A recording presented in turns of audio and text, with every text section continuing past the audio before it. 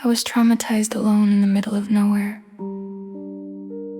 I remembered being extremely overworked because I went back in my memory, 17 years ago, to every detail of what had happened to me.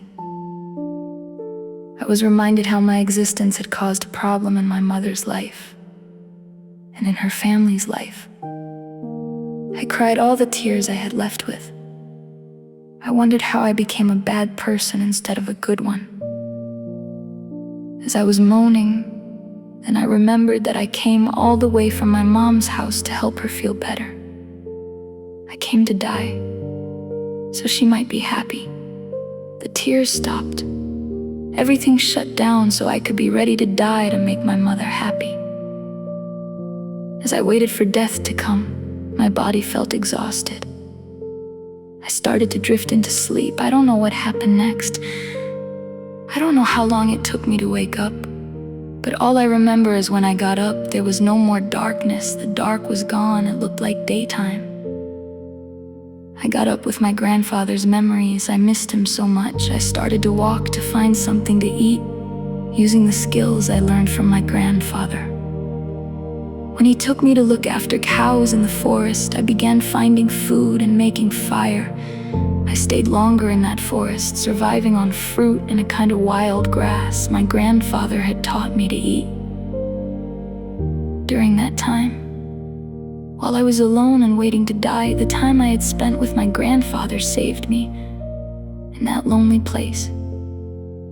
I was with my grandfather, remembering his voice and following his instructions and using all the skills I learned from him.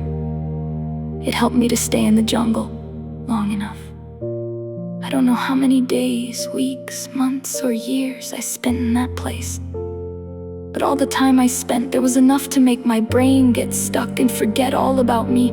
God knew that one day I would head into the jungle by myself, so He trained me early through my grandfather.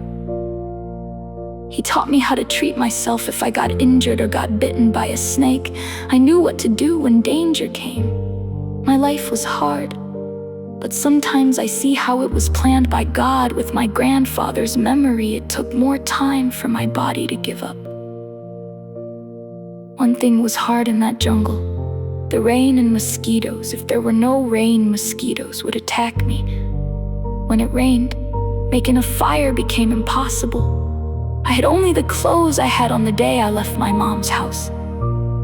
Then my body grew colder. Hunger, sadness, loneliness, and mosquito bites made my body lose its strength if I lay down.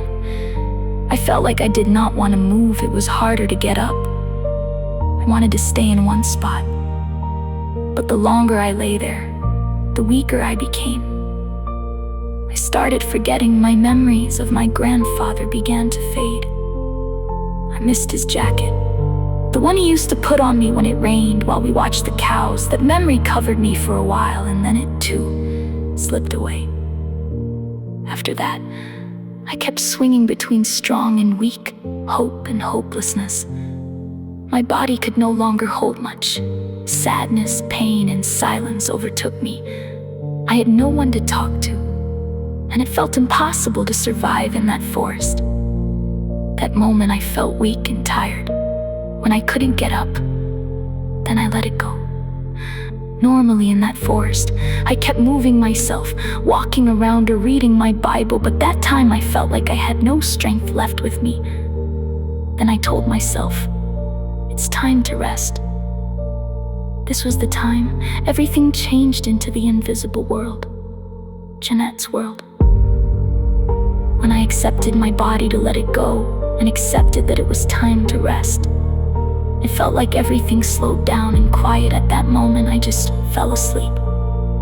Then I saw another part of me, my spirit waking up. I could not feel heavy hunger, loneliness, and pain.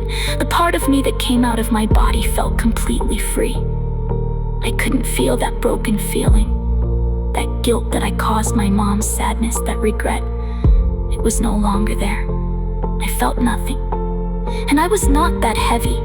I was just light like a feather, but I was still cold at that moment because my normal body coldness was affecting the one who came out of me.